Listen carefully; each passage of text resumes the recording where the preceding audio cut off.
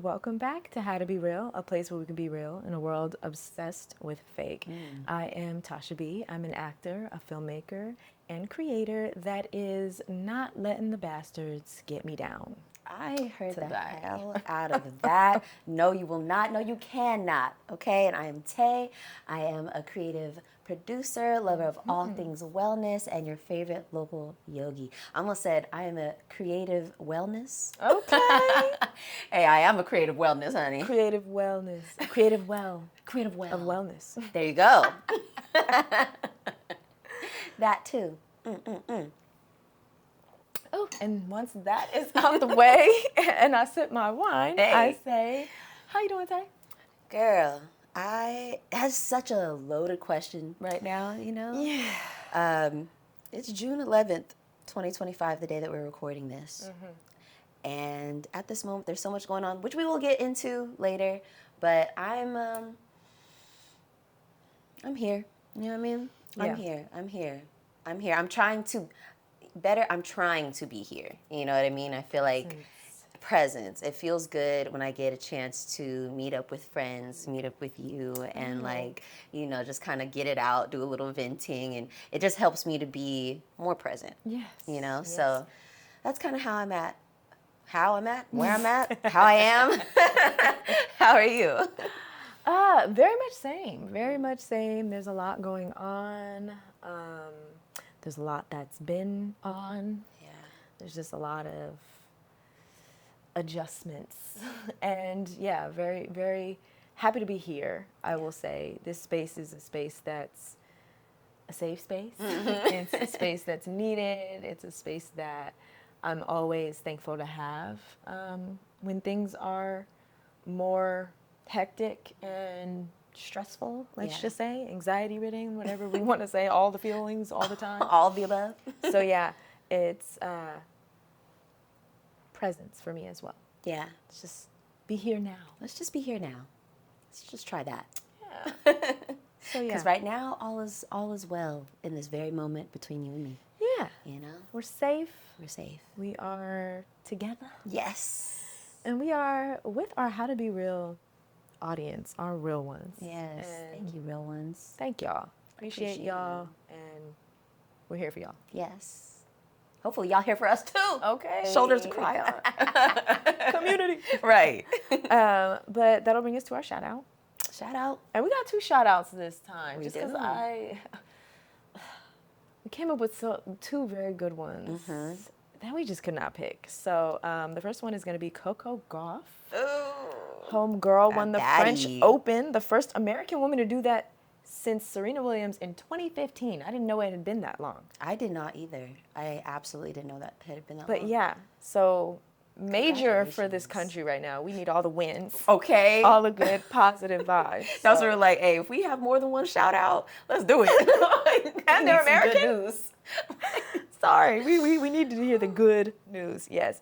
So yeah, she one of the things I saw that she shared about her win was that during the match, the crowd was chanting her opponent's name, and it was kind of starting to get in her head. And so she said she started saying her own name to herself. I heard that. And kind of hyping herself up go, to kind of, go, yeah. go. And I was like, I love that. Such a simple thing that you can do to just change your own mind, change your own perspective. And Be your own hype man. Yes. Like, find ways. There is this video I just recently saw, and it was this little boy. He was getting a shot in his arm, and he was crying, but he was like, oh, yeah. Yes, I can do it. I'm doing it. Let's go. Like, he's hyping himself up, crying, but like telling himself all of these really like important things that he needs to hear. Yes. Oh, and I feel like that is a beautiful example of that in practice. absolutely. You know. I thought Like that was Coco got it. beautiful. I was like, and that's why you won, girl, because you supported yourself in your mind. Absolutely. You won up here first. And that kept you calm, because that would be extremely, like, you're an American. I feel like as American athletes right now, I'm sure they're not received totally well by, international crowds. Yeah. So I know that was probably a lot. Yeah, and also know? like performing in front of that many people, just I period, is know. also like it's like layer on It's top of layer. worldwide. The French Yeah. Open is big, so I'm Yeah. like, for her to do that, and she won. Mm-hmm. Apparently, it was very windy, and they had the I guess the stadium had like a door they can open and close, very state of the art. Okay. And she said they played with it open, and it was super windy. Little wind tunnel situation. Yeah, I know. I'm like, oh my god, Did y'all do that on purpose? If it's windy and we can close the roof, why would we not close the roof? Right. Isn't that the whole point of the roof? Thanks. Maybe it's just for rain. I don't know. Maybe it was just to try to like get her off her game. Want to like I don't know. up the ante for both? 'Cause There you I feel go. like her opponent tried some.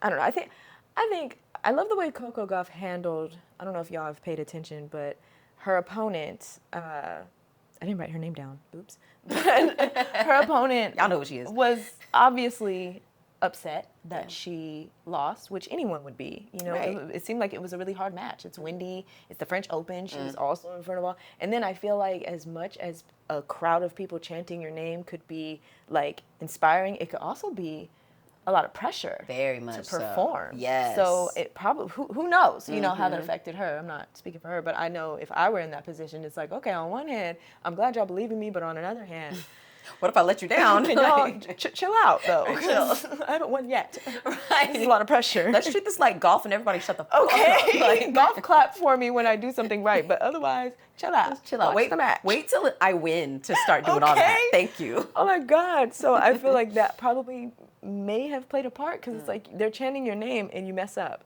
And then you mess up again. And it's just like, okay, maybe y'all need to shut up. And then when they stop chanting your name, you're Oh like, my God. damn. Like, damn, have I lost? Do they not believe in me They hate anymore? me now. I've lost the crowd. It's too Oh my much. gosh. She probably got into her head. Yeah. So, it seemed like it was a hard match, So, I mean, there was a little bit of emotions. But I think, all in all, proud of Coco Gauff. Yes. Shout out to you, girl. Thank you for bringing a much needed win to the American people, especially Black women in America. Thank you. Let's shout that out. Like Tasha said, we need all the wins we can get. We need all the wins we can get. We need to smile at you. Yeah. I guess she went to, I want to say a WNBA game, because what's the WNBA team that has the elephant? Oh, it's New York. Yeah, it's New York. Liberty. Liberty. Yeah. They have her. And so she was courtside, I think, at a Liberty game. And they gave her a standing ovation. Everybody was just cheering for her. And she was sitting there, whatever. So I was like, Get your flowers. It was just really nice to see that. I was like, see, these moments are keeping us all sane right now. For real. Speaking of another American feel-good moment, American Idol has wrapped up, and there's a winner, and the winner is Jamal Roberts. Okay, Jamal. 27-year-old from Mississippi. Black man. From Mississippi. The first black man to win American Idol since Ruben Studdard in 2003. Now don't get me wrong. Back in 2003, American Idol was that girl. It was. I loved it. I have not heard about or watched American Idol in a very long time. In a very long time. So, Say that. I feel like when we were talking about this, I was like, damn, American Idol still on? I know. I'm like, dang, it's still going. That's cool. That's cool. So but like, even with all of that said, I was still shocked. Once I did find out that it was still around, I was like, damn, not a black person hasn't won? That long? Since that long? That's crazy. That's crazy. That's how you know American Idol is not for us. Rigged. Is Simon still on it? I don't know. I don't know who any of the judges are. I don't know anything about the show other than Mr. Jamal Roberts winning. This is the first thing. Before he won, someone shared a clip of, I forget what song he was singing, but he sounded amazing. Did he? And I was like, ooh. I mean, he must have sounds won. good. And everyone was like, he's the best on the show. He might win. And I was like, okay, well, hopefully. But of course, we all know how these things go sometimes. Okay. It's gonna, whatever happens is gonna happen. And I kind of felt like you, like American Idol is not one of them shows that it's gonna change your life. Yeah, for real. and it's not like I feel represented. You know? I don't know. Who knows what's going to happen? Who knows? But yeah, he ended up winning. Congrats. He was a PE teacher at Crestwood Elementary in Mississippi, and he donated $500,000 of his winnings, I think his winnings were $500,000 to the elementary school. Wow. Which is like, what a stand-up in guy. Mississippi, Yeah. that's a big That's deal. going to go a long way. That's going to stretch, For that honey. school. Like, what the hell? Good for them. So good for him on that. Yes. I wonder, I really want to know though, like what's American Idol giving people these days? Like, is he going to get an album? And who's going to listen to this album? Is he going to get like a PR team? Yeah, You know he what I gets mean? a record deal. Okay. I think they finance him coming out with a single and a music video. Okay. Plus, it's like $250,000 for the record deal, and I think just winning American Idol, you also get $250,000 or something like that. So that's how it ended up being $500,000. Gotcha. It's like a few different things he gets. So I really hope that, you know, he gets the support, you know, because I also think that's something where I'm like, man, if I'm not watching American Idol, I should at least be hearing about these new artists. That's what I'm saying. At the very least. Like, if I'm not watching the show, I should be hearing about, oh my God, who sings this song? Oh, that's the guy that won American Idol. It should have been something. Like, because I can't even think about the last person who I heard about who was from American Idol who was like that. Like, was Carrie Underwood one of them? Yes, Carrie Underwood. Okay. I'm trying to think of who else. Fantasia, I know, was on there. I don't think she won, though. But again, that was Jennifer so long Hudson, ago. and these are like all the OGs. The OGs. Yeah. Like, okay, Like them the first I understand. few seasons. But I'm like, I feel like after, what was that one dude? The, like, gay Christian guy? Clay Aiken. Clay Aiken. I feel like Clay Aiken was one of the, and if I'm all fucked up with the timeline, let me know. But you know who the main girl is? Kelly Clarkson. Kelly. Yeah. Kelly.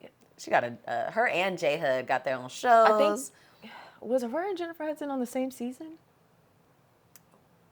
Were they? Oh, right, because Jennifer Hudson, did she win? She didn't win, did she? Or I did don't think she won. Oh, if they were on the same season and Kelly Clarkson beat her? I think Kelly Clarkson did beat her. I know Clay now I wanna Aiken know. and Kelly Clarkson were on the same season. Yeah, and was Ruben on that season too? No, it was a different guy. His name was Justin Guarini, and he looked a little bit like, remember the dude from Jump In? He looked like that. He had like the curly hair. Yes. Okay, so now I want to find out. Haven't heard about him. That's But what I I'm saying. know- Like, I think Clay Aiken might still make music. And, you know, Kelly Clarkson is that girl. I like how on her talk show, she'll remind people, like, girl, I can sing. right. Like, Like, she'll just, like, sing a song, and you're like, dang, girl, Kelly Clarkson. She can sing. she's like, do you think I'm just some corny white girl? Like, no, I can. You guys think I can't can sing? sing. I won American Idol. Thank you. I can sing. Or was Kelly the first one to win? Was she the first one to win? Was that the season 1? Let me see. Kelly Clarkson and Jennifer Hudson collaborated on a duet of the season 15 finale. Okay, so no, they weren't on They weren't on the same season? On the same season, no. Who did J Hud lose to? Right. Okay, see, Because I feel like that was her thing. She didn't win American Idol, but I think she got Dreamgirls or something like that. she had whoever. Honestly, She got, maybe it wasn't Dreamgirls, maybe it was a different movie, but she got a movie. And that was like, girl, you might as well have won American Idol.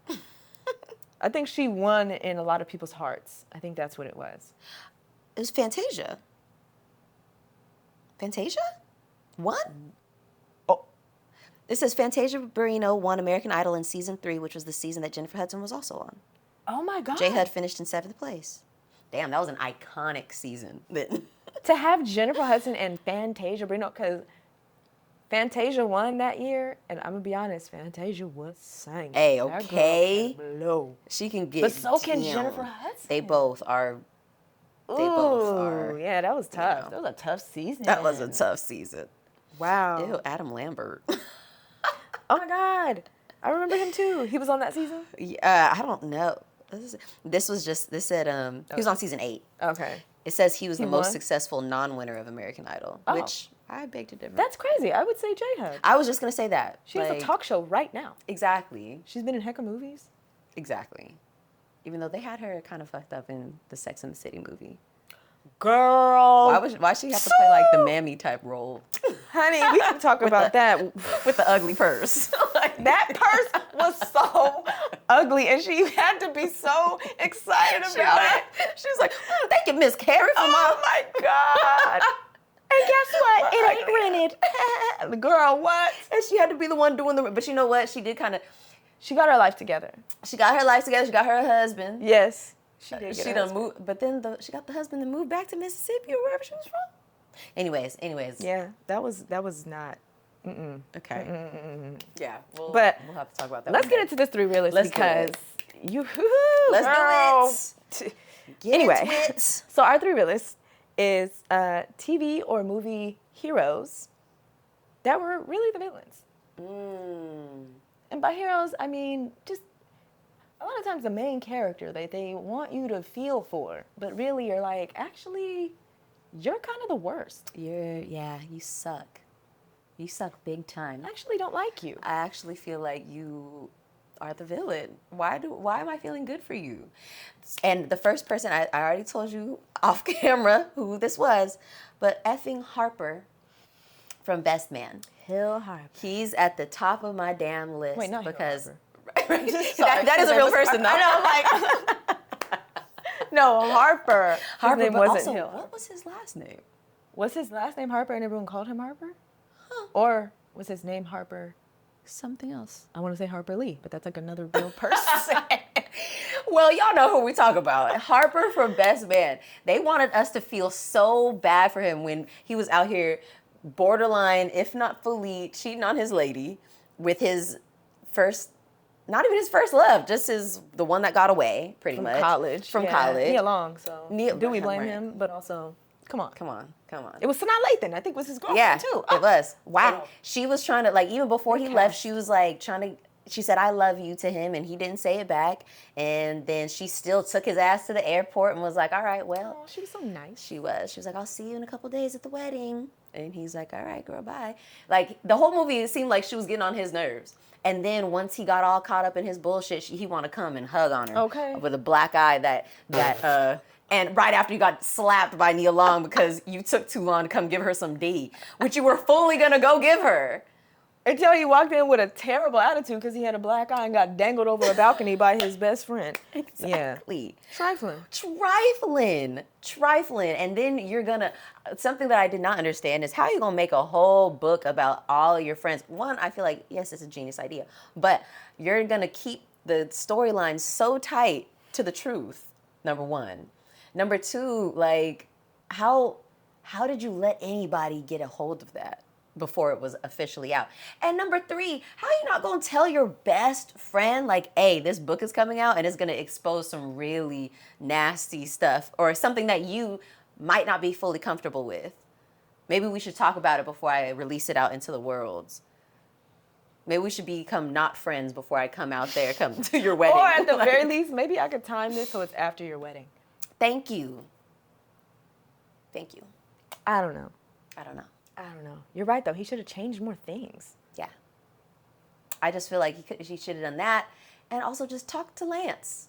Yeah. You know what I mean? Like, let him know. Like, he was cheating on her and all this stuff on his girl back in the college days. And you swooped in and one thing led to another. You but that was in college. You guys are grown. He's about to get married. Yes, to the same girl.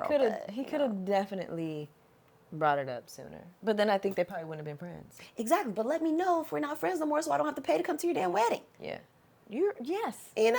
Healthy way of processing that.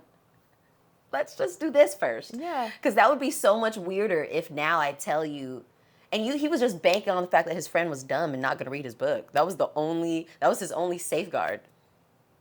But it wasn't a safeguard. Right. I feel like you said, why is the book even floating around this particular group of people right now? Talk about it. And the book's not out. Talk about it.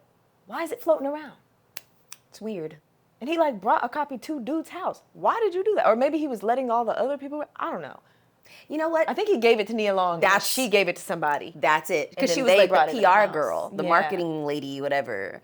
And so she was like, you have to give me the exclusive interview and da-da-da-da-da.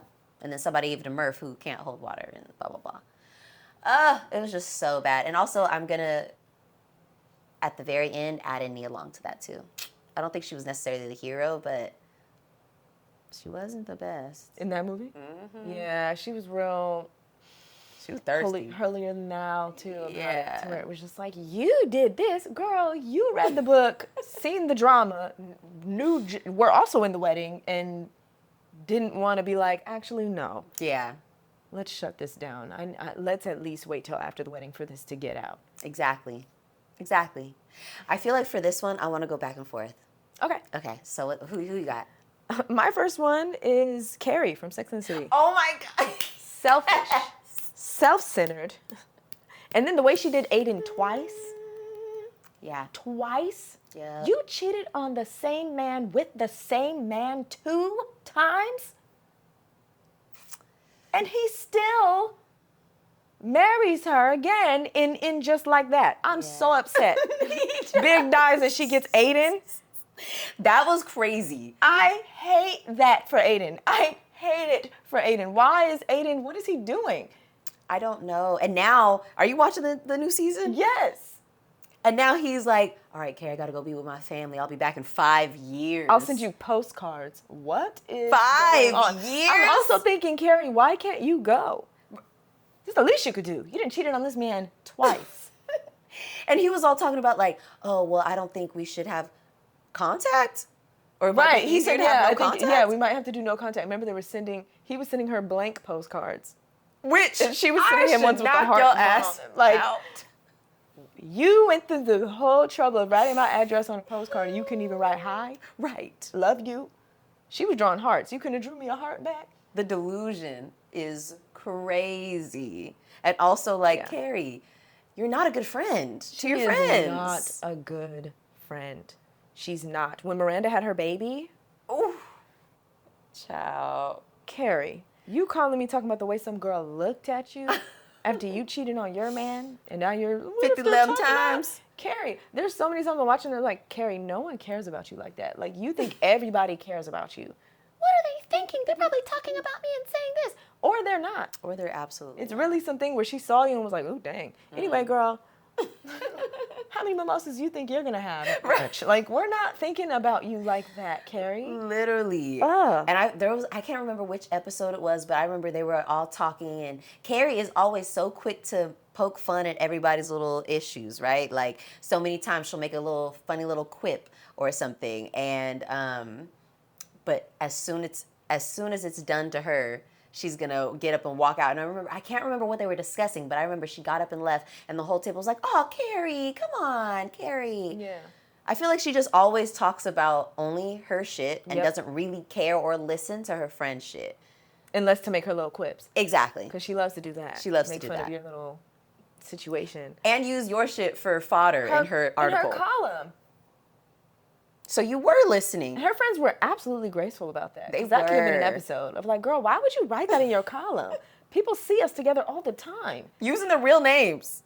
Like, if you know Carrie Bradshaw, and then you read her article and you know the names, and then you meet her friends who she's always out with, I'm like, oh, so you're Miranda.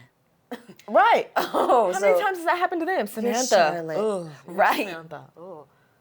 Yo. Because Samantha got the worst of all of their judgment. She did. I get why she's not friends with them anymore. If we were doing the reverse, where it was like villain, who's painted as the villain but really the good guy, Samantha would be on that list. Because they made her seem like she was, but it's like she's the one who knew herself the most Thank you. and just did what was right for her. She leaned in. Oh, she leaned in. And she didn't judge them for their little uppity stuff. She did. But then whenever they needed like advice on like more spicier things in life, they would always call on Samantha. Like, I called Samantha because I knew you wouldn't judge me. Okay, so stop judging her then. Thank you. Stop. Reciprocate.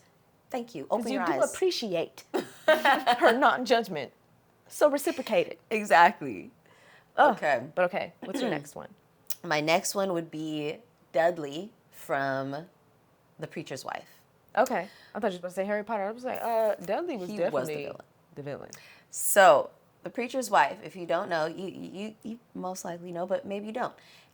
It's a great movie with Whitney Houston and Denzel Washington, and Denzel Washington comes down from heaven, and he's like a guardian angel coming to help this family bond and get closer together, and Whitney Houston is married to a preacher. They're a super church family, and they have a son. So Dudley enters in, and he's meant to be the glue that brings this family back together. But he kept being he's an angel, right? But there was just so many little times where I'm like, you're testing the waters. He almost stayed. He was supposed to go, do his job, bring the family close, and go back to heaven or somewhere else. You know what I mean? He's on to his next mission. And he was like, kept talking to God, like, you know what, God? I think I'm gonna stay because With Whitney Houston. I'm kind of falling in love with this lady. And as a matter of fact, I don't think the preacher deserves her. As a matter of fact, me and the son are getting real close. And then, like, I was like, Dudley. You're bad. Now, this is very lighthearted, you know what I mean? But I was always Gospel tea. No, for real. And then he's like, oh, your husband kind of not doing you right. Let me go ahead and take you out. Took her out on the town, took Whitney out on the town, had her singing, and he just listening to her sing and just falling in love. He's just like, yes. They was dancing all close. I'm like, leave room for Jesus. What's going on in here? I like the juke joint. I remember that he took the son shopping too. Yep. He went Christmas shopping with them. Because the dad was too busy. Christmas shopping with the man's wife and child? Yikes. Yikes. Shouldn't you be trying to appeal to the preacher? Why are you all in his family? Right. And he didn't start turning his attention toward the preacher till after, when he was like, let me check myself. What am I doing? Because, right, what am I doing? I got distracted by Whitney. Right. Yikes.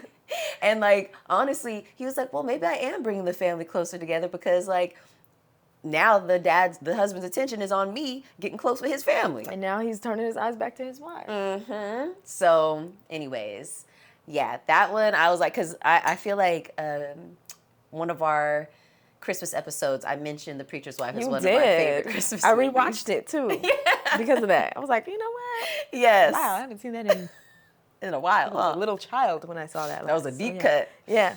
And that one came up for me like, he wasn't full villain era, but he was a snap, hop, skip, and a jump away from it. Yeah, he was a little dirty angel. He was.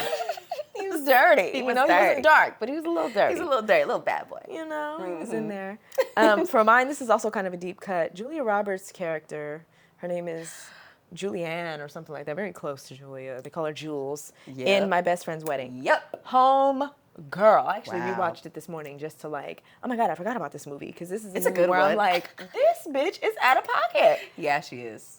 Yeah, What? she is. She starts off the movie talking to her gay friend about how she's like bragging how she had this dude in college that she was with and they had a hot month and then she broke his heart. She was like, yeah, I like broke his heart. She's like, I broke his heart. And he was, when I broke his heart and broke it off with him, he was like, oh, this is so sad. I'm losing the best friend I ever had. And so then we were friends ever since because I felt the same way. And, you know, she's just some arrogant lady who, like, is too good for love or whatever you want to say. And she, at the same time, in the same conversation, she tells this friend that they made a pact that if they were both 28 and not married, which is nuts. Like 28? 28, not married, let's do it. 28? The pact is if we're both 28 and not married, we'll marry each other. I said, feel no, it's a like different that's time, like, honey. how old were y'all? 23 when you made this? Right. Like 5 years if we're not married? Geez, the timeline was tight. It was quick. Back then. But anyway. Maybe it was in college. Maybe they were like 19. 19, 20, something like that. Yeah. We're 28. That does seem far off when you're 19. Like, Yeah. I'm 28. I'm 30. Anyway. Pretty much. So anyway, they make that pact, and then she's, you know, giggling with her wine, like, oh my God, I don't even know why that came up right now. And her friend was like, you're 3 weeks away from your 28th birthday. So How old is he? Right. And she goes, and I guess he had been calling her, and she hadn't been returning his call. She was also bragging about that. Yeah, she Like, he's been was. blowing me up, and I just have been so busy. I have not been able to call him back. So then she's like, oh my God, do you think that's why he's calling? Because we're both gonna be 28, and we're both not married. Maybe, ooh. Yeah, she gets all hyping herself excited, up. She is. calls this man back finally, and he's like, man, you're taking months to call people back. And she's like, oh, you know. And then he's Little like, cat and mouse. she's like, oh my gosh. He tries to tell her something, but before he can try to tell her something, she's like, wait a minute, before you say that, I was thinking about our pact, the 28-year-old pact. And he was like, oh my God, yeah, I do remember that, but also that's not why I called. And she was like, oh, okay. Why'd you call? Actually, I met somebody and I'm getting married. Moted. The fact that she was 20 was mentioned a bunch of times, but it was Cameron Diaz. Cameron Diaz was 20? Her character in the movie. I don't know how old she was in real life, but yeah, she was 20. Oh, I did not And he was 28. know. I totally forgot about that detail. Yeah. It was brought up a lot of times. And so I was like, okay, yeah. And then kind of understand because he wanted her to like she came from like a rich family and she was in college, and he wanted her to drop out of college because he was like a sports writer, so he had to travel a lot for the sports games. Yeah. And she was going to do it. So Julia Roberts gets here, sees the situation, and does literally everything she can do to sabotage this relationship. She does. While also verbally abusing her friend. Yeah. She was being so mean to Cameron Diaz. And she was verbally abusing her friend. I forget the man's name. He was a gay man. He was her friend. Dude. Yeah. And she's calling him and just like, you have to help me and you need to fly down here, and made him pretend to be straight. She did a whole bunch of stuff. Whoa. Yeah. She did, to be her boyfriend, right? Yo, when that people was start getting crazy. like, hold on, what is she doing? She was like, oh no, I have a man. And flew him out. I'm like, why? He was such a good friend. He was. At the end, he does end up snapping on her. As he fucking should. Because, girl, you had me fucked up. He doesn't even really snap. He just kind of like, girl, wake up. Yeah. What are you doing? He does. After that, did he like go to the plane or something like that? Did he like turn around on her? No, girl, she calls him. Okay, I'll just briefly say what happens. What basically happens is she does what she can she's like doing little things to sabotage their relationship. But the big thing she does is Cameron Diaz's father owns this company. And he, in order for Cameron Diaz to stay in college and him to have a more stable job that's in one location, he offers him a job at this company. He's like, oh, then you can stay here. Y'all can live here. She can go to college. You can work this job. Everything will be everything. I remember that. And he offers him the job. He says no. He likes his job. He likes his career, which, again, understandable, right? Julia Roberts sneaks into Cameron Diaz's dad's office and drafts an email to her friend, I think his name's Michael, to his boss, basically being like, hey, please fire this guy so that we can hire him so that my daughter can be happy and stay in college. And she's like, oh, I'm not going to send it. I'm just going to have it as a draft. Her plan was to, like, bring Michael to the office and let him see the draft and see that they're willing to do that and not send it, but whatever. Yeah. Ends up being Cameron Diaz's dad tells his secretary, hey, if you go on my computer, I drafted up a few emails. Please send all of them. There's like 4 or 5 of them. Just send all of them. And so his assistant sends the email. And so his Michael's boss faxes him the email like, hey, your future father-in-law wants me to fire you so you can get this job. I just want to let you know. This is kind of... Hey, that boss was looking out, too. Yeah, the boss was looking out. But he doesn't know that it's not real. Jules actually did that. So that's kind of like the flux of the thing, and it's like literally the day before the wedding that she does this because she's trying to stop it and nothing's working. So then on the night of the wedding, she's trying to sneak in with Michael, but then she wakes up the next morning and he's like, hey, I actually went ahead to the brunch, the wedding brunch. I think I'm gonna go. He wanted to talk to homegirl. He's like, I want to face them and talk to them and ask them why they would do this. And so she tries to stop that and is chasing him, and while she's chasing him, because they kiss, Cameron Diaz sees, she runs off, he chases Cameron Diaz, and then she chases him. And so she calls her gay friend like, you have to do something, you need to do something, hey, you need to help me, I'm chasing him right now, and he's somewhere else entirely on the phone listening to her, and she's like yelling in the phone. And so he gets up and he's like, okay, so he's chasing her, you're chasing him, who's chasing you? Oh. And she's like, what? Nobody's chasing me. He's like, exactly. Oh, what are you doing? Read her. She needed that though. Maybe you need to wake up. End the chase. It's over. Yeah. So wake up, girl. Yeah. She sucked. She sucked. She really sucked. She definitely was like that wasn't your best friend. You were in love with that man, and you should have said something sooner. That's it. So that was a good one. Okay, so I'm going to choose.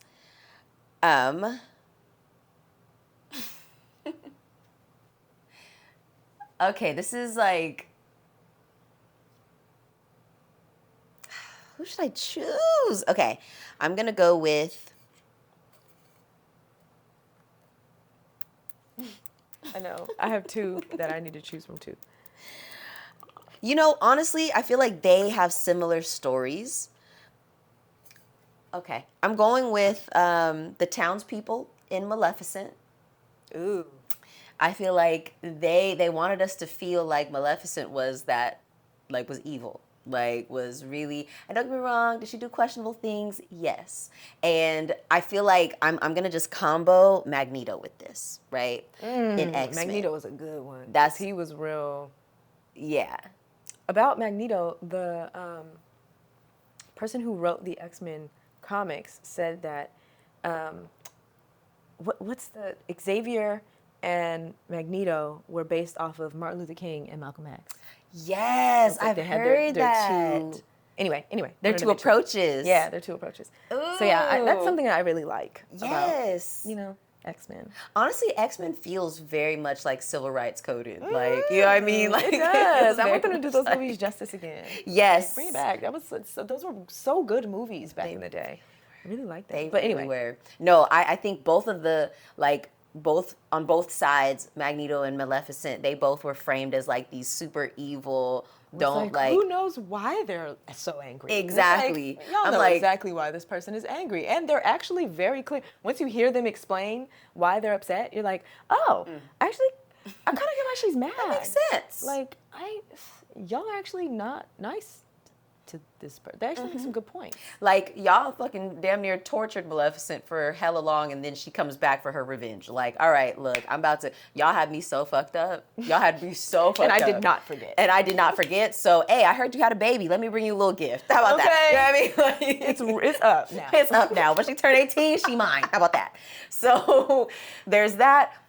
And then also, Magneto, he was killing people. He was crazy. Murdering. Like, he has snapped. But he survived the Holocaust. Like, so it was like, damn, like, you see not only how people will treat other humans, and they're humans. Look how they treat me and our people, my mutant people. He's like, I gotta stand up. I gotta stand up.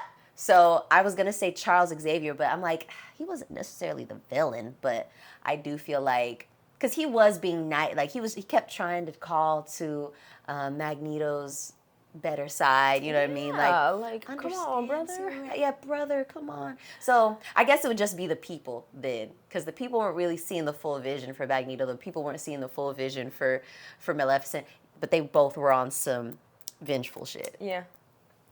So yeah, I'm gonna close with that. Okay. Oh my gosh. Okay. The third one that I have is Miss Doubtfire. I don't remember what Robin Williams' character's that man, I don't remember what that man's name was, but I do remember Miss Doubtfire. Mr. Doubtfire. Mr. Doubtfire. I don't know his name Honey, either. this man dresses as an old woman, tricks his kids and his ex-wife. Goes against what I think were court orders for him to not be around his kids like that. Yeah. Sabotages his ex-wife relationship with her boyfriend. Even poisons her boyfriend with a pepper that he's allergic to. Oh. Damn near killing this man. Damn. I don't remember All that part. to get his family back? Like, and you think that's going to get your family back? And didn't it? Didn't the lady give him a chance? Yeah, she did. What in the world are we telling people? That was psycho behavior. And it happened didn't she find out while they were throwing this big party and there was a pony inside or something like that? Something happened, and I want to say it was almost like something he said as Miss Doubtfire that she was like, wait a minute. What?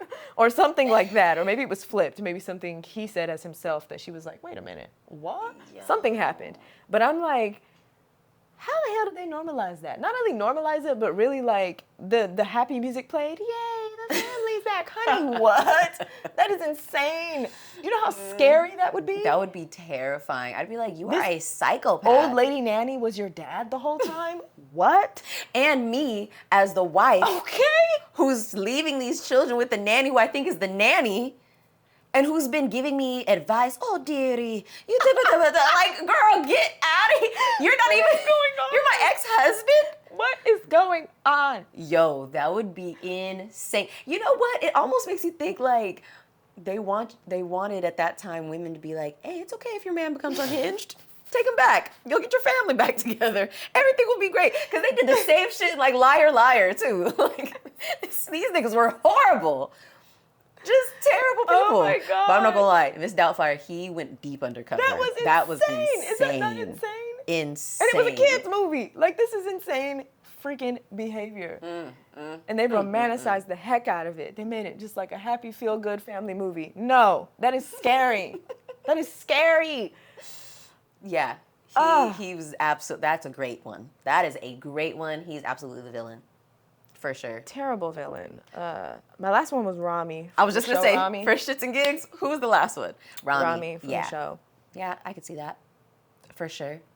And I feel like he did some shitty shit, but then he was one of those guys who, like, he has, like, a little boyish face, and he was, like, harping on himself about saying he's a piece of shit to, like, make himself get pity and feel better about being a piece of shit. Like, oh, it's okay if I'm doing the shitty things because I feel shitty about it, so, But, like, shitty behavior. If you haven't seen the show, it is a good show. But as a main character, you will hate him by the end of it. Because I was like, wow, he is a piece of shit. Honestly, that has a lot to do with why I didn't finish it, because I was getting pissed. You know, when you just, sometimes you watch something and you just, it makes you feel like you have visceral reactions to it. I was like, oh my gosh, that, him and, what's the name, character in Master of None? Aziz. Yeah. Both, like, even though I think Rami was a little worse. His but was so much worse. Yeah, his was worse. But both of those characters had me feeling like, this is hard to watch. He ain't shit. He ain't shit. And not even in some normal he ain't shit type of way. Nah. It's, this man sleeps with his cousin. And then his cousin falls in love with him. And she's like, look, it's cool. I'm pretty sure our families will be cool with it. And he's like, oh, actually, it wasn't that deep for me. Breaks his cousin's heart. Ew, you then are a piece of shit. Marries a girl, lies to her, takes her virginity, then tells her the truth. Literally right after he takes her virginity. They're in bed. And he's like, oh, I also wanted to tell you, I did sleep with my cousin and da-da-da-da.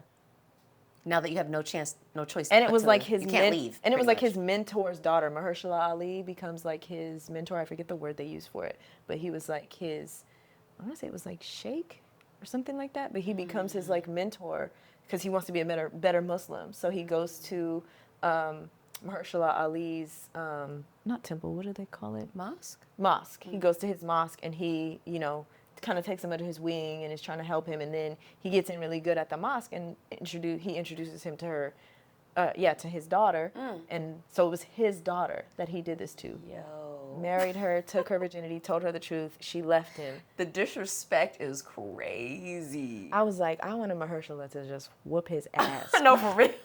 It was so bad, bro.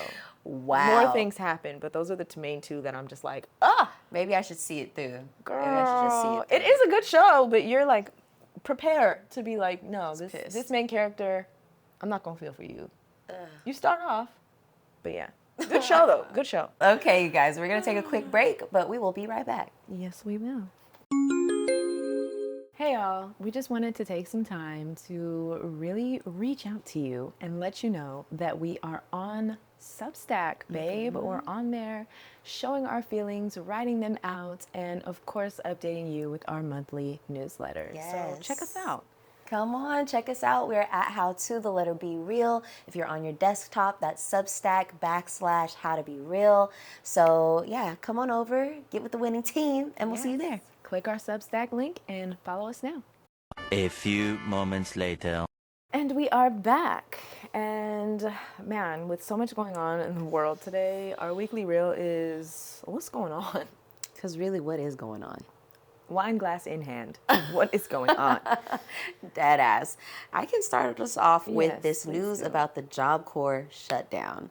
It is paused, but at what cost? Gosh. What cost? So the Department of Labor suspended operations at 99 centers nationwide, citing, quote, performance issues and budgetary concerns, which who knows how accurate that really is. Over 25,000 young adults aged 16 to 24 could be left without housing, vocational training, or job placement support. So they're just out there raw dogging life without anything. The fact that they're claiming budget constraints and it only served 250,000 Americans. Yeah. Is that wild or what? Not even 1 million. No. 250,000 people, and there were budgetary concerns. What I don't understand is how do y'all claim to be like so pro-life, but let the people who are already here, and in this case, young children, 16 to 24, young people that are trying to learn job training, trying to and contribute get on their feet and be contributing members of society. They're like, oh, How you are know these what? the people you're attacking and taking shit away from? That doesn't make any sense, man. It makes zero sense. And Judge Elizabeth Rangel agrees with us because she issued a temporary restraining order halting closures of Job Corps until June 17th. But this Good. is just a pause. Unfortunately, this is not permanent. It's just temporary. But one of the students who is a participant in Job Corps said, quote, "I don't have a home outside of this." So this is literally her only mode of living, Yeah. you know, For like a lot of that's people, again, like the people that, you got to think of people who age out of foster care. A lot of their next step would be Job Corps, to get job training and have a place to stay while you get on your feet and into a career path. exactly. And I don't understand, like you said, if you're so pro-life, if you want to make America great, why don't you want to support the youth getting jobs Hello. and contributing to the economy? Why is that Exactly. not, that's illogical for me. I would want to, if anything, add to the budget for Job Corps to increase the amount of people that are training to work Exactly. in American society. Exactly. But instead, Wow. you're putting more people on the streets, filling up more prisons because we all know, like, a young, what's that saying where it's like the an idle mind or an idle hand is the devil's playground or Yeah, something idle like that. hands are the devil's plaything. There's a Yeah. movie called Idle Hands. Yeah, and it's like, you know, it is a saying for a reason. Like a lot of people who have no other way to go and don't really know what's next, they're bound to get into some kind of trouble, you know, or lose their way, even if it's just for a little bit. And so, my mom actually, when she was 21 or 22, me being 1 or 2, she was a single mother and she was a part of Job Corps. She met one of her best friends at Job Corps. And yeah, even though I don't remember those times, I know that if my mom had not had the opportunity to work in that space to help other young people up, you know, because she, of course, my mom, she's a hustler. She worked her way up the ranks and everything. But being able to pull other young people up with her, things could have been a lot different, you know, for both of us at that early age. So, I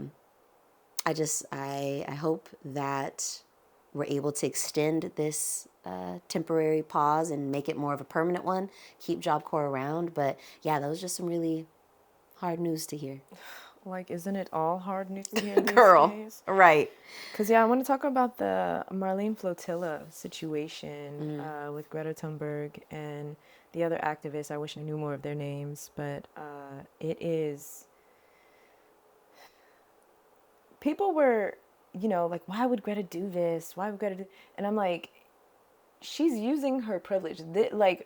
She is a really good example of someone using her privilege. She knows as a white girl, she is going to get a lot of visibility that a lot of people don't get. Like, even me, there were like 17 other activists on that boat. And she is still the name everybody, the face. She's still the face of it. Yep. And she knew that. And that's why when people are like, oh, I know someone said that she's a performance act. Like, no, she's not performative. Bro. That lady is she put her body, her life on that boat to bring, not just to try to bring aid, but really to bring attention to the violence that is going on over there. These people had a boat full of aid, no weapons. No. Just food. Just their phones, health, recording supplies. what's going on. Yeah. And they were rammed, boarded, and imprisoned, kidnapped. That's really what it is. Because we got to call it what it is. By the Snatched up. Israeli forces. It's really crazy. And it sucks that, saying free Palestine, saying stop the genocide, all of that, there are people that are trying to say that's anti-Semitic. No, it's not. No, it's not. No it's one has a pro-human. problem with Jewish people. I mean, gosh, the whole Israel has a right to exist. Israel does exist. You guys exist. You have a whole military and dropping bombs on Gaza. So it's not like we're trying to say, do you exist? Ooh, no, we know that you're here. Please stop committing genocide and mass freaking murder. Please stop doing it. Just stop. That's what that means. That's what that means. Stop the blockade. Let the children and the people eat.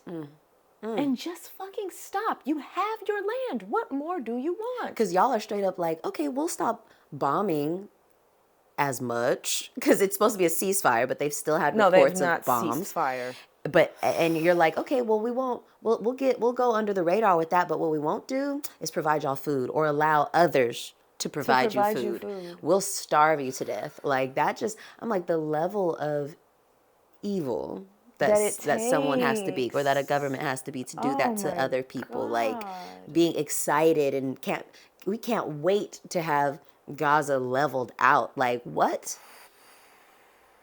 That is some sick shit. And I read that the flotilla had like drones circulating it. Yeah. And they were pretty much not live streaming. They were posting updates of like, hey, we're seeing a drone, and we know that means that they're gonna probably intercept us. Soon. Yep. And they did, and they were in prison. And Greta and a few others, all of them were given the choice to, hey, you either need to come with us, we'll take you to the airport, you can go back home, or you're gonna stay here and you're just gonna be imprisoned. So either voluntarily deport or stay here and be detained. But you are not going into Gaza with this aid. Wow. And they took the aid that they had, which wasn't much, but it was something. It was something. It was about the what is it?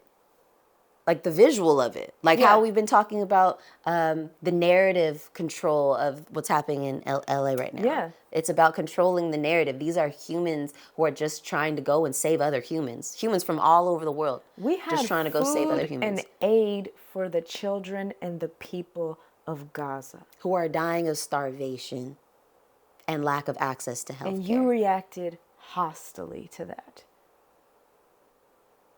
That's crazy. That is insanity. But some silver lining in that is that there is a caravan from northern Africa, I think some countries including Tunisia, Egypt, and a few other countries that are caravanning to Gaza by land to try and do the same thing the flotilla tried to do, which was to bring aid to the people of Gaza. Hopefully they make it through.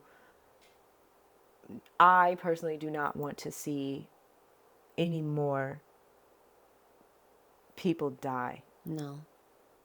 About this. Like, I would love to see just a stop to the ugly, like, please. Just stop. What happened? We said ceasefire, and what is it? Just you just being like, okay, that's it. You're just saying okay, and that's it. I'm just like, when can people be treated like humans? When can humans be treated with just basic common decency, like being able to have access to their basic needs, like food and water and shelter? Like, you know what I mean? We're not even asking for kindness. We're asking for food, water, and shelter. And to please stop bombing us. Right. Don't bomb us. Don't deploy military forces against us.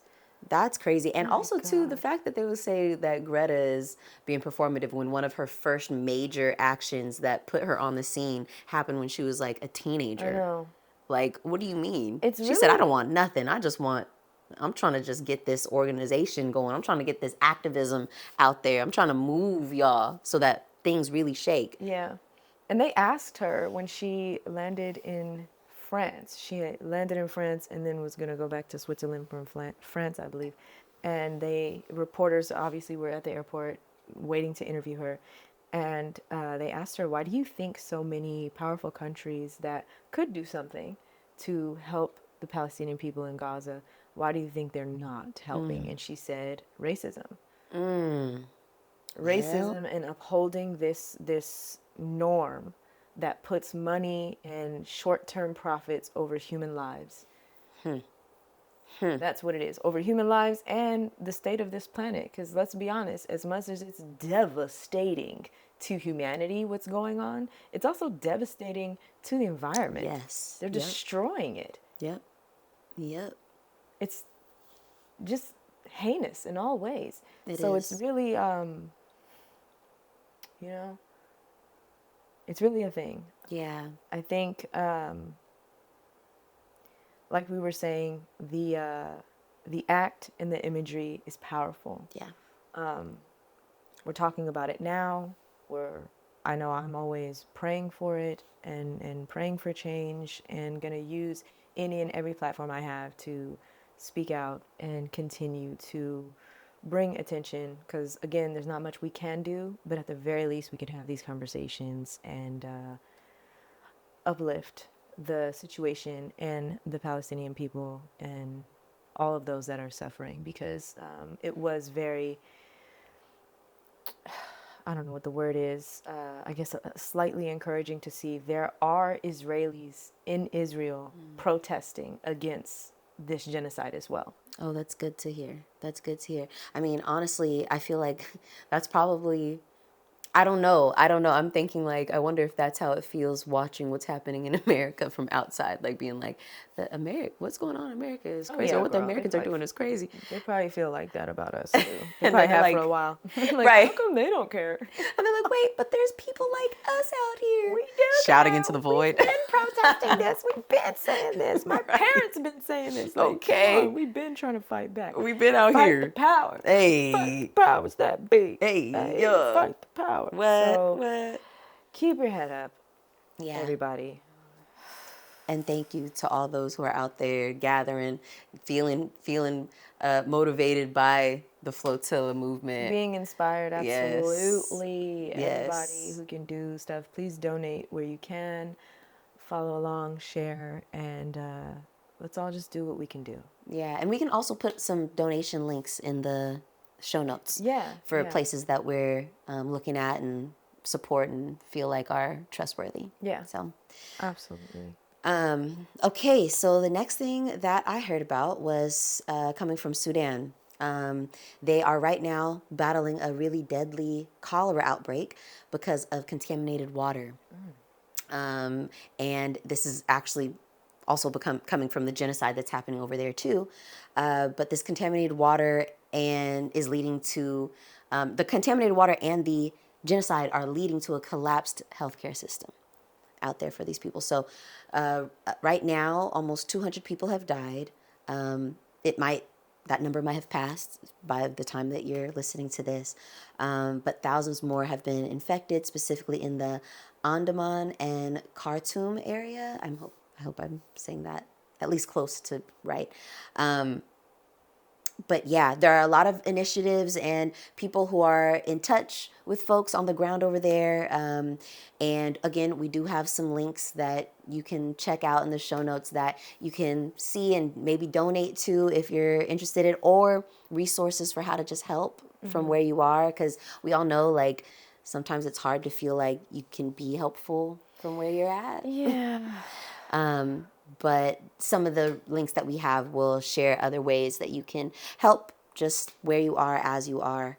But yeah, just wanted to keep an update on that. This has kind of been an ongoing thing in Sudan. And but it just recently the infection rates just started like really, really increasing. And so just wanted to take a moment to kind of share that and make sure that we're also sending lots of love, energy, resources, anything that we can, money, to that cause as well. Yeah, and then, are we talking genocides? I'm sure there's more that we don't know, but also the Congo as well. Yeah. Lots of things going on worldwide, so drinks to that. I mean, not cheers, but... No cheers, but cheers to being here with you, girl. Going through it together. Part, oh my gosh. Praying for the world at this moment. Praying for the world. So I do want to talk about what's going on in LA. Yeah. I have something positive, but I want to end on a positive note. There you go. Okay, cool. That's a good idea. What's going on in LA right now is... There's two very different versions of events in LA right now. Yeah. There is the reality, which is ICE came very viciously into LA and began going into churches and elementary schools and peaceful communities and kidnapping folks. Yeah. And the community said, you know what? We don't like this. And so everybody began peacefully protesting. And yeah, Yep. the person who calls himself the president decided to deploy not just the Gestapo ICE agents, but also the National Guard and some Marines as well to LA, calling things an insurrection. Sent 4,000. Okay, wait. Over 10,000 protesters hit the streets. He sent over, and many of them peaceful protesters, let's also point out. Right. He deployed 4,000 National Guards. I think he ended up sending, was it 3,000 more? Or no, I don't remember. I know he sent some Marines as well as the National Guard. Yep, there was also 700 Marines sent, and yeah, 4,000 National Guard, I believe, without California governor's Didn't even tell consent. Gavin Newsom. No, and in this situation, a governor, like, I remember I heard Gavin Newsom say, "We've never seen anything like this before. This has never happened before. Normally, you what the rule of law is regarding the National Guard and the president deploying National Guard in a state, they are to work with the governor of that state, and the governor is usually in charge of where they go and what they do. And in this situation, they went over his head. Yep. And so, of course, Gavin Newsom is upset by this. I know As he a lot of fucking us should were be. inspired by his response in saying, hey, look, it seems like he wants to come after me. And if he does, he knows, you know where to find me. He said, "It seemed like you don't want to post up." Okay, come arrest me, but leave the little girls alone. He sure did say, "Leave the little girls alone. Leave the little 4-year-old girls out of it." Leave them out of it and come to me, deal with me. I'm a man. Yep. Man to man. What are you doing? Yep, he sure did. He sure did, and end up filing a lawsuit. Yes, we are suing. I think we were already suing for something else, but now we're suing for this because what are you doing? Yeah, Again, you want to enact martial law. You want to sow chaos so that you can get whatever you're going to get done. Something that, again, I really like the way Gavin Newsom responded because it was very much like calm, but also I'm not afraid. yeah, And I yes, I think agree. in seeing that response as a Californian, it kind of put me at ease a little bit, where it is, hey, the governor, the person that is in charge of this state, is not afraid. Right. He is standing up for this country or this state. I know California be feeling like a country though. He's standing up for our state, and he's on the same page as us because I think a big part of the American struggle as an American citizen is that for so much of my life, the government, pretty much all my adult life, the government is doing stuff that you're like, what the hell? Why? Don't do that. You know, I mean, we were protesting when Obama was president. We were protesting when Trump was president. We were protesting when Biden was president. Yep. We're always, Fighting. working to make this country better. And that's the thing. We're a young country and we're still trying to get it right. I think a lot, even though older countries maybe can attest to, like, we're still trying to get it right. Yeah. It's like a living human thing that we're trying to change with the times and change with the people and change with the technology, and everything's, the rules have to keep changing, and growing and adapting. And so here we are, and we have the majority of the people that are moving in this direction. This is the direction that things are going. There's no way you can stop it. And then we have these people that are trying to build this dam to make the flow go the other way. And I feel like, as much as they may think that that's, I don't know, has a possibility of being successful, it is not sustainable. It's not. None of these practices are sustainable. No. So it's just really interesting to me how people can really be this stupid. I don't, Like, you're so dumb. None of this makes any fucking sense. And God, dude, for the life of me, I'm like, that is nuts. The older you get, the more you understand stuff, the more you see, like, the people in charge they're not smart. No, it has nothing to do with smarts. It has all to do with the power and connections that you have and money. And I think that something that you and I were talking about off pod was about how much the narrative, like being in control of the narrative can make you look like you have power. It can make you look like you have more control than you really do. Like that's so much of that is happening. Like Trump is a fucking crazy person, but something he does do very well is talk to his crowd of people. Yeah. He knows what they respond to. He knows what gets them riled up. He knows that if the more he poo-poos and shoos off people who actually know what they're talking about, the more that they like believe in him. You know, like he's like a walking idiot confidence box. Like I don't know how to. He's the Wizard of Oz. He's the fucking He's wizard, the Wizard bro. of Oz. He's Only the wizard. To me, I think it's much less convincing. So I think the people we see behind the veil. Your audience is like, it's so crazy to me because I feel like I could be wrong, but to me, I feel like the people that are just die hard for whatever this cause is that he's got going on, it's not a lot of us in America. It's not. I don't think it's as much as he wants us to believe. No, it's not. Like, don't give it. It's a good amount, but it's not as much. And you know, it's crazy because I was telling you earlier the other day about Anne. Yes. And oh my God, Anne. I do hope they let her go. I hope they let everybody go. Please stop this. Literally. So there's a story about this woman. Her name's Anne in Missouri, and she's from a very small town in Missouri. And they all were very proud Trump supporters.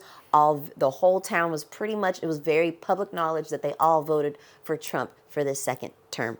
And we're very proud of it. No shame, you know. And all the things, Anne worked at a diner. She'd been a member of the community for 20 years, had kids, and they grew up, she's, I believe, of Asian descent, grew up, I don't know which one, but her kids grew up with them. Anyway, she ends up getting detained by ICE. They come through their little town in Missouri. She gets detained, and everyone now is also very majority white city, small town. Yeah. And they all now, like a lot of the community members are wearing Free Anne t-shirts, and you know, all the people at her job at the diner are wearing the Free Anne shirts. And one of the ladies who was her neighbor for a long time, like a decade or something, was like, yeah, we did vote for Trump, but we thought that he was going to go after the gang members, not moms. That's what she said. Thought he was going to go after the gang members, not moms, working moms. Girl, you didn't read. Number one, I was going to say, you didn't read the fine print. You just didn't read, period. You weren't listening. You weren't paying attention. You weren't paying attention. You weren't doing your research. Everybody was telling you this. I feel like in the first term and in the second term, if your ears were open to it and you didn't bury your head in the sand, you could hear other sides of what's going on. And for me, that's the thing that is like so scary about the people that support him, is they don't even want to hear anything other than what he said. Yep. So if he says it's a lie, it's a lie. It's like if he says it's the truth, it's the truth. And when he lies to them, it's okay. Yep. I'd seen this video of this lady who was talking about how she was a constitutionalist, whatever that is. She kind of made that up. Like, oh, I'm a Constitution girl. I love the Constitution, so I'm a Constitutionist. I bet you don't know what the fuck. Okay. And the guy interviewing her was like, she had a Trump shirt on, and he was like, okay, so you've heard Trump say that he'll run for a third term, and you know that that's against the Constitution. So would you be okay with that? And she was like, yeah.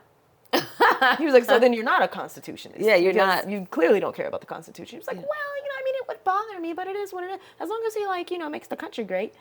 And you're just like, are you What is making the country great? What do y'all even mean? So many people are like, I just like his policies. What policy? I can't really think of any. Yeah. So what the fuck are you liking? So what do you like? Say you're a racist and move on. Say that you're a racist and you enjoy having the grand dragon of the KKK, Ku Klux Klan, white supremacist group in the head of office. Just say that you love that. Just say it. Just say you're a racist person who doesn't care about Just, anybody who isn't white. Just say that. But I mean, you can't say that because if you say that out loud, wow, it sounds crazy, right? But that is exactly That's exactly what it is. What's going on? What you are. I'm Yep. so sorry, bro. Like, I get it. If you voted and you were lied to, this person is a liar. I think I can respect somebody that's like, look, he ran on a certain thing and I kind of thought that he was going to make the economy better. And it's actually worse now. So I changed my mind. So I was lied to. I feel like I was lied to. I feel like there's grace for somebody that can say, ooh, I think I got it wrong. Yikes. I didn't know it was going to be this bad. I didn't know they were going to take Anne. Right. Oops. For real. Maybe this is terrible. Maybe it's as bad as people say. Maybe I need to open my eyes to some other news outlets, babe. Maybe I need to Some other read shit. some articles. Maybe I need to do my own research with the internet that's at my fingertips. Literally. Maybe I need to think for myself, maybe. Maybe I need to tap into my knower and see what feels right and wrong. Because I just know that but you know what? That's why so many of the people, when you are seeing them talking online, on TV or whatever, you always, well, for me, I'm always seeing them like, something looks off. You don't look like you got the darkness under your eyes, like, which is a very telltale sign of something going on with the kidneys or something like that. Yeah. You're not eating right. Your Not tongue is hella sleeping white. right. Like, Yeah. you look Dehydrated. downtrodden. Like You look like you've you're been through some suffering. shit. Like you're and I suffering. think a lot of it is too self-hate. Yeah. Like, you are not a happy person Yeah. if you inflict this type of misery on people in your own country. Exactly. You're flying the American flag, but honey, you're really advocating for the destruction of the very things that make this country what it is. The Constitution, the democracy. Yep. And you know, What?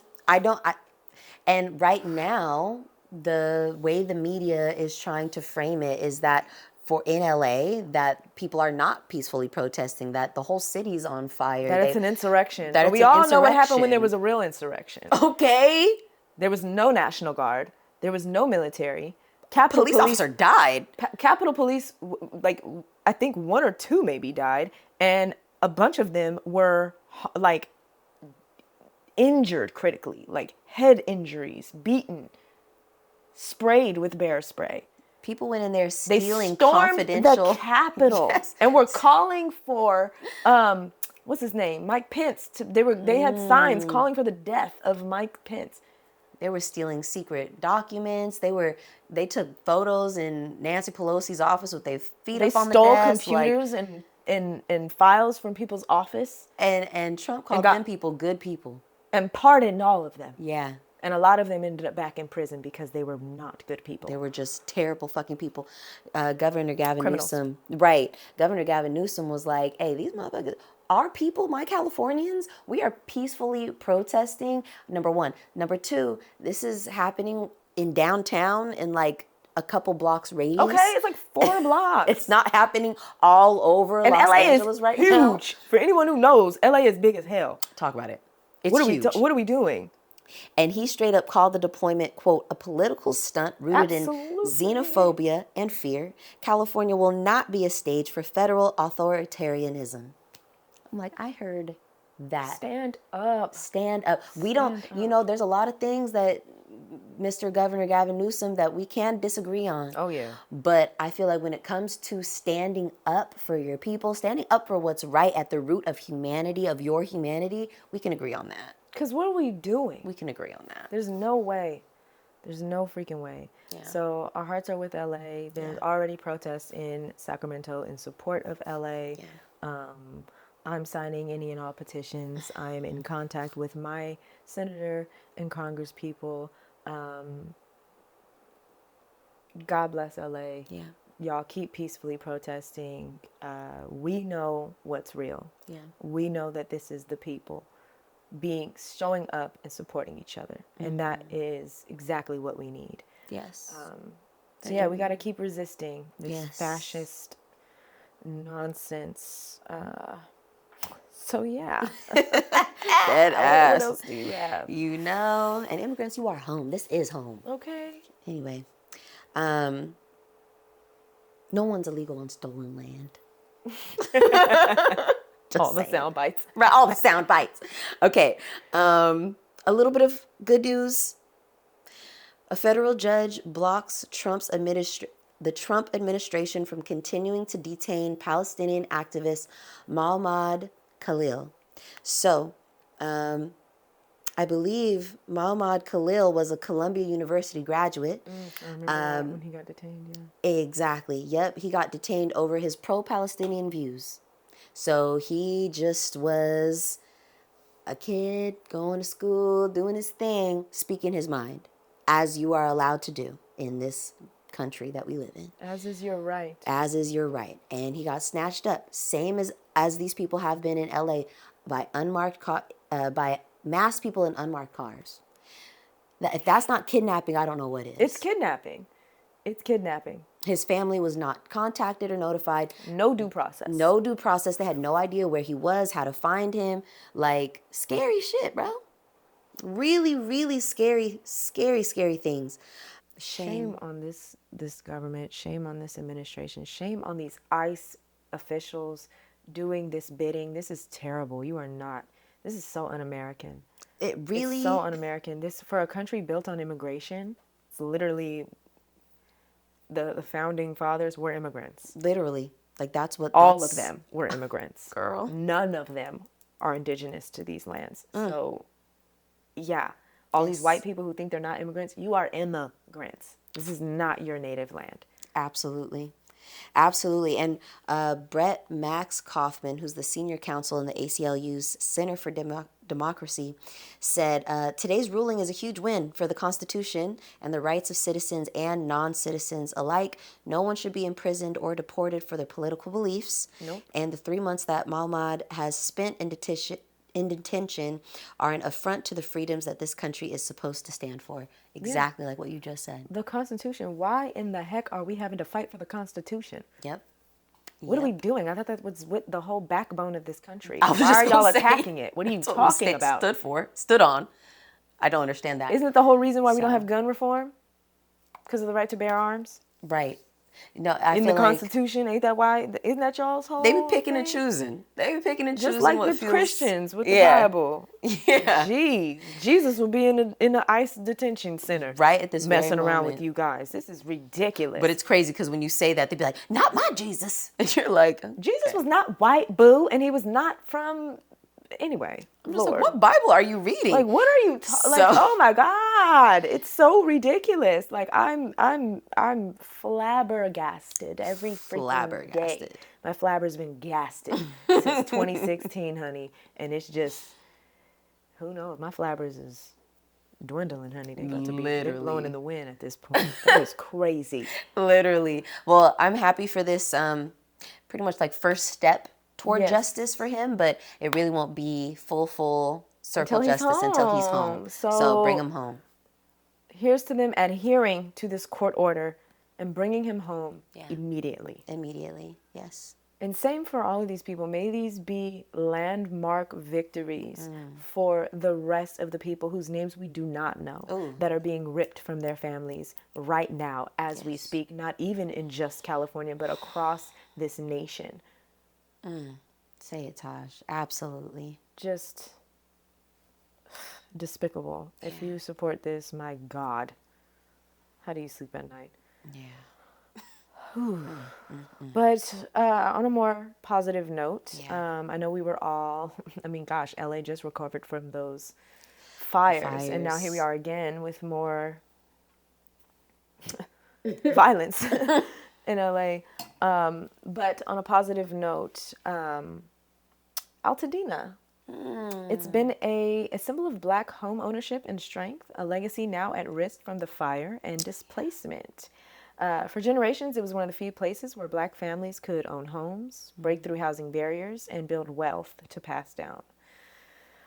But with nearly half of Black-owned homes damaged in fire, community members like Janae Edwards are stepping up as citizen architects, Okay. using design to protect their identity and preserve history. Their goal isn't just to rebuild, it's to reclaim what was lost. Through the work of ARC and local grassroots groups, Altadena is rising again, stronger and still rooted in the people who have called it home for decades. Absolutely. Ooh, Over that in- is good news. After the fires, the Eaton fires, 9,000 structures were damaged. Wow.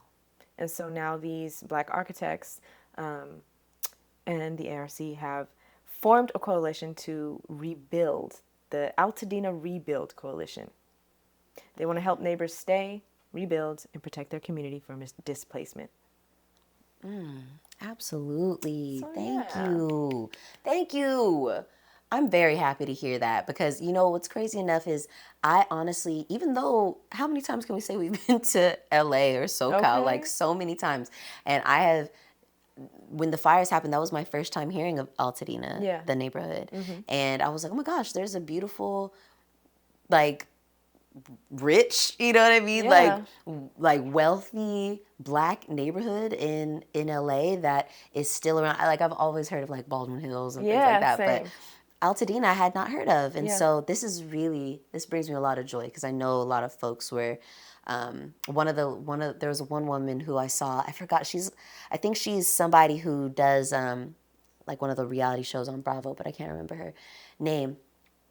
I saw her post though, and she had this gorgeous home. Her and her daughter, her husband had passed away not too long ago, and they had this beautiful, she spoke about how she was a self-made woman, and this was like her first home purchase period, and how it was just such a big deal because it was her dream home, and it burned down in Altadena. And I was like, oh my goodness. I think reading her story and seeing as also like a Black woman, single mom, widow, I was just like, oh my gosh, somebody who's also self-made woman.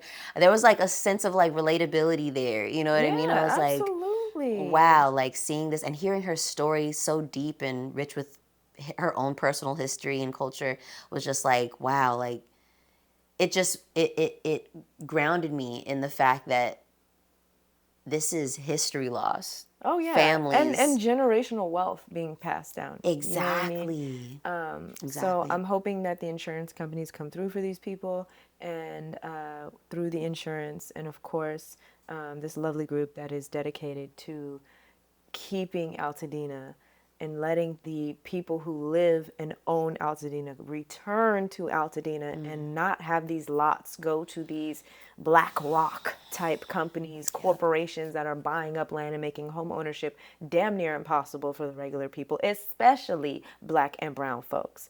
So it's just really nice to also get some good news. There are people fighting. There are people resisting. There are people doing positive things in this country, and we got to look for them. Yeah. I think I went off on a little bit of a, rant last episode about how you got to look for what it is you want to see. It's really a choice. You choose where you spend your focus, your time, and your energy. Yeah. And it is important to stay informed. We know that.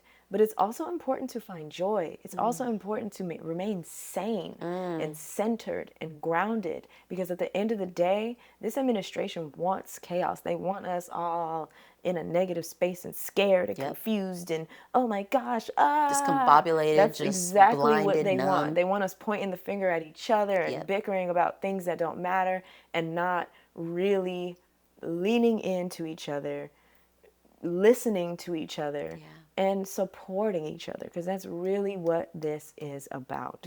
So that is a great point. Like you whenever said, I see it, I want to humanity. point it. Yeah, whenever I see it, I want to point it out. I want to uplift it. I want to read the stories. I want to share the stories, and I really want to make sure that I don't let the ugliness seep in, because you can't do that. Yeah. It's easy. It's easy too. Like even just today, we were going through some of the things that we were planning to talk about, and we were like, "Damn, it seems like there's a lot of just heavy shit. We have hella heavy shit." And it's like we have to tie in some things that are like, because there's still beauty happening. There's still joy happening. There's still a lot of amazing, fun wins that people are experiencing, but it's also very important to speak for really the folks who don't have a voice, like you mentioned. You know what I mean? Like, and finding that balance. Yeah. speaking of finding the balance, that'll bring us to our listener letter this episode. Let's dive in. And this listener says, "Hey, how to be real. Things are heavy as of late, as you can tell, worldwide. Shit is crazy." Yeah. What are some things that you two do to manage your anxiety levels during these tumultuous times? You both talk about your struggles with anxiety. What are some practices, some daily things that you do to combat the anxiety and the weight of the world? Ooh. Signed, Scared Shitless. Damn, I feel you. I said shared sitless. Shared Shitless. I feel you. I mean, one of the things that helps a lot is, and I know I talk about it all the time, but truly it is like being active, staying active, movement, Yeah, that helps. yoga, working out, going to the gym. I think it allows me to, I say this also often, get out of my head and into my body. Like for me, I'm definitely somebody who I could easily get wrapped up in all my thoughts. I can, even when there's nothing outside of my own world that's happening, I can get wrapped up in my own shit, you know? And I think like it helps to be able to come into my body to help me, like being active helps me to be able to feel what's really going on with me right in this very moment. And it takes me out of all the possibilities and the issues and the numbness and everything else that I might be feeling, and it brings me back into the present moment, because it's like, okay, all I have to focus on, or what is happening right now, like me running or doing a really intense posture in yoga or lifting something very heavy, is making me like I can't think of anything else, you know, like all my attention and energy is going into lifting this heavy thing, Right. or into breathing through this really challenging holding posture, or you know what I mean, like it's Yeah. all my energy is going there. And so once it's done and I'm, you know, the workout is over, the activity is over, I'm like, ooh, I feel like I can breathe lighter. I feel like my brain is back to being mine again. I have more control over it again. So I would definitely say that's like pretty much at this moment in time, it changes, but I feel like at this very moment in time, that's like number one at my list. Yeah. For me, I can say that helps, but at the same time, something that I feel like has been helping me is like sewing. Like I had I love that. just finished The Artist's Way, and in week 12, which is the last week of Artist's Way, one of the things that it mentioned was there was like a whole paragraph about how doing the mending things, making little repairs, and mending the things around your house that need to be mended, has a way of both distracting you, keeping your hands busy, and also kind of what you said, keeping you in the present moment. You're focused on this one task. So for me, I've been finding anything that I can do. Like I know I have this little cover thing. It's like a little bag. It like I have a mail slot, so it covers that, and the mail kind of like covers the mail slot hole, and then the mail catches the mail too, so it doesn't fall on the ground.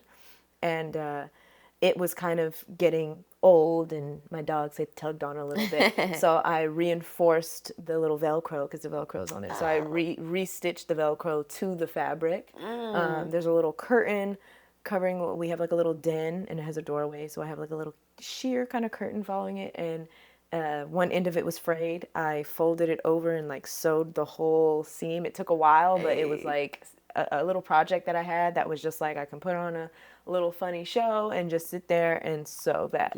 Yeah. And it was something to do. Just recently, I bought my dog a bed, and there was a little label that said Kirkland, and I was like, I don't really like that. So I had some old strawberry fabric, so I cut it to fit over the label and wrote my dog's name. Her name is Cookie, and wrote Cookie on it.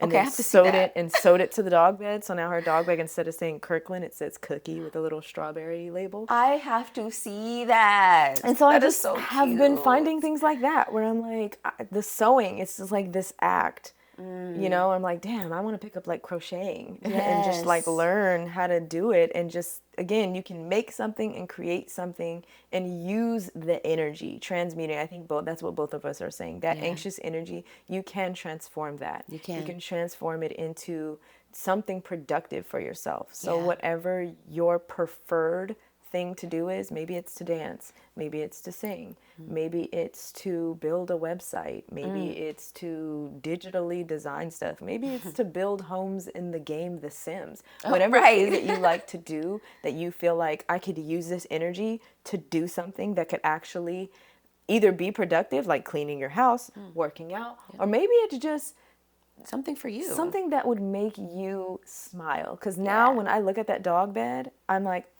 Right. not only is that cute, I did that. Do you always, like, when you walk by, do you, like, make sure that side is showing? Like, do you, like, turn the dog bed? Like, if she's Oh yeah, the moved dog it? bed. It's the part. It's like up against the wall in Oh, my okay. room, and so it's really like it's the front of the dog bed. Oh, I So love it. It's cute. I And what love was so that. cute is once I finished it, my dog laid. She like laid in front of it. I like showed her. I was like, "Look at your bed," and she laid right in front of it. And I was like, "Oh my god!" Did you take a picture? She didn't. No, I didn't. I was just enjoying it. Admiring it. I'm Yeah. like, and then later on that same day, I seen her. She was laying, and her head was right above where her name was. She knew it. She's like, this is officially my She bed. knows. I was showing my Yes. husband. I was like, "You think she knows?" And he was like, "I think she appreciates it." And then I was like, "Look, she does. She does, bro." So, That's yeah, very cute. it's super cute. And whenever she's laying in the bed, she loves laying in her little bed. So it's like whenever she's laying in the bed, and you can just see her name, Cookie, and I was like, Like, that's so my cute. baby. it's so cute.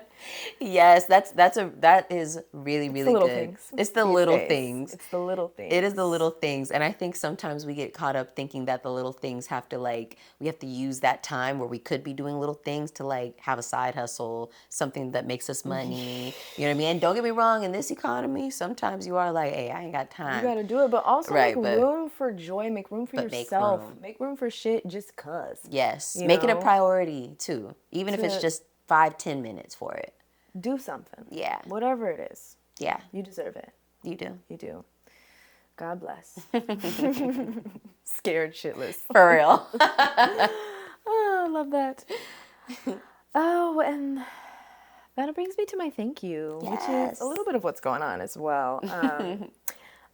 I want to say thank you to Rockland County, New York, for moving forward with the Supreme Court case seeking a full-out recount of the 2024 presidential and U.S. Senate elections. Come on. They're alleging that their voting machines were tampered with. A judge has ruled that the case is viable and they may proceed with discovery, the evidence gathering stage, which means like this is going to be a case. Yeah. This is about This to is be. going to be a case. This is about to be. And as a lot of us have been paying attention, this president has literally at least 2-3 times admitted to Elon Musk rigging the election for him. Literally. He's very bold about it. Even Elon has talked about it. Yeah. Like, he wouldn't be president without me, is what he said. So, and a lot of these voting machines were using Starlink technology, which is owned by Elon Musk. Yep. So again, Yep. let's let these things play out. Yeah. I don't see this presidency making it 4 years. I really don't. I don't either. Like, no. God be with us, because let's not do this for 4 years. Yeah. Let's freaking not. We're exhausted and it's June. Like, what are we talking about right now?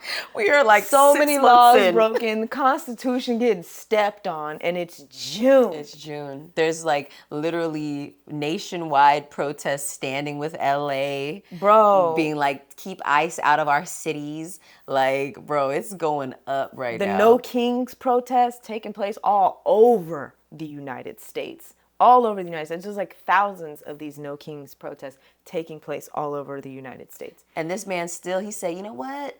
Amongst all of this, I'm going to say F the veterans and F Veterans Day. Matter of fact, it's going to be a celebration of my birthday. So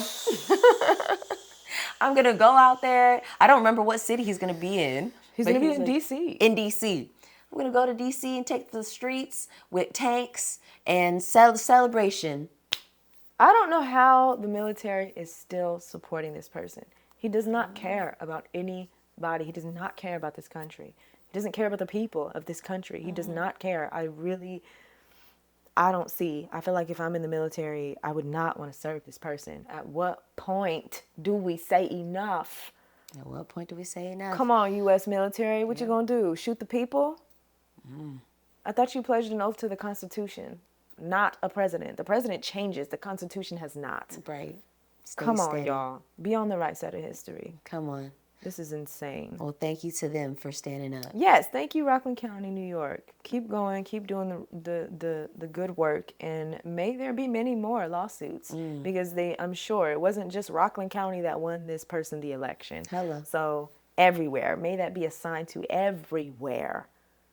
We know California was blue, so hey, it wasn't us. Hey, Callie, we not looking at you. No. We didn't want this. Right. Oh gosh. here we Okay. Here we are, and we're gonna close out. You Yes, know, we talked y'all. about a lot, and we love staying connected with you, being connected with you. It's more important now than ever, really, Yeah. to form and build community. And we love having y'all here and continuing to grow with you as well. Absolutely. So again, you can find us on Instagram, TikTok, YouTube, Substack at howtobereal. You can find our personal pages. I'm at justsay_tay. I'm at the Tasha B. Yes, and you can please send us a listener letter just like the one we heard tonight at heyhowtobereal@gmail.com.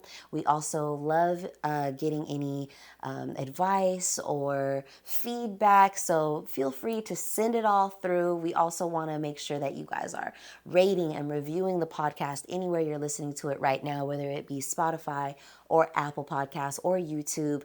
Be sure to drop a little comment, give a little thumbs up, like, subscribe if you haven't already. We appreciate all the love, and it helps us reach out to more future community members like yourself.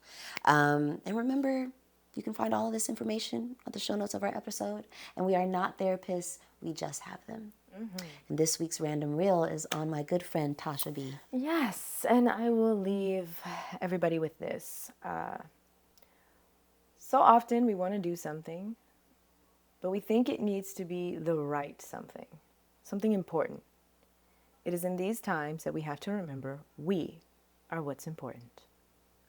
And that is from Miss Julia Cameron, author of The Artist's Way. She stayed dropping gems. She does. That book is full of gems. But yeah, that quote for me was very fitting. It's something that I am like, okay, I am important. I need to be, like you said earlier, be in control of my breath, be in control of me.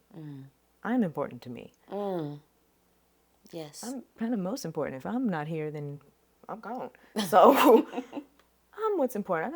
I gotta take care. Yes, I am a priority. Take care of yourselves. Take care of each other. And if you don't have nothing nice to say, shut the hell up. Right. Keep the faith. We still have hope. Yes. And with that, Stay real, y'all.